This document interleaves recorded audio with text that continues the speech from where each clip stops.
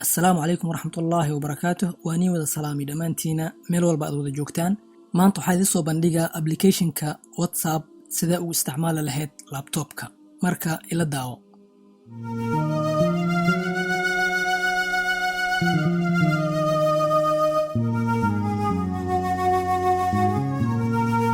marka hore waxaad furaya internetka waxaad isticmaali kartaa Safari ama Google Chrome ama Internet Explorer aniga waxaan isticmaalaa Safari marka gashid waxaad galay website-kan whatsapp.com ayaad galay kadib download ayaad tagay kadib hoos hada u soo degtid download ayaad dhax kartaa haduu oo laptopkaadu yahay Windows-ne meeshan Windows 64 bit mise 32 bit midka rabtid ayaad dooranay download ayaad leedahay downloadka markuu dhamaado applicationka ayaad furee setup ayaad ku sameynay laptopka ayaad ku soo dejinay kadib marka furtid wuxuu ku soo saaraa shaashadan markuu ku furo waxaad tagay WhatsAppka meeshan ayaad ku dhufanay meesha ku qoran WhatsApp web scriptboard mise WhatsApp web desktop ayaad ku dhufanay kadib waa ku aadinay kamerada waxaad ku aadinay meeshan koodka madowga waxaan aad ku aadinay marka ku aadisid iska markii WhatsAppka uu ku furmaa waa kana saarabtid aad isticmaali kartaa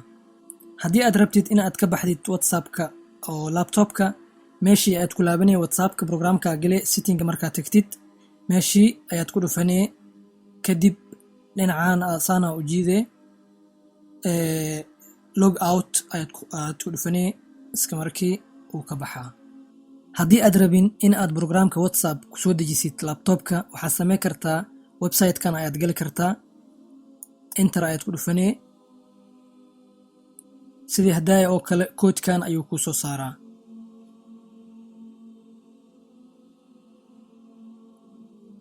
kadib meeshii aad tagay waa galay WhatsAppka setting marka gashid WhatsApp web ayaad ku dhufanay kadib waa ku aadinay kan ina waxaan dhinaca u dhaqaajino iska markii saas ayuu ku furmaa hadii aad xiriir rabtidna meesha galay dhinaca u jiiday log out marka intaas aan idin soo bandhigay waxaan rajaynayaa in aad ka faa'iideen. Assalamu alaykum warahmatullahi wabarakatuh.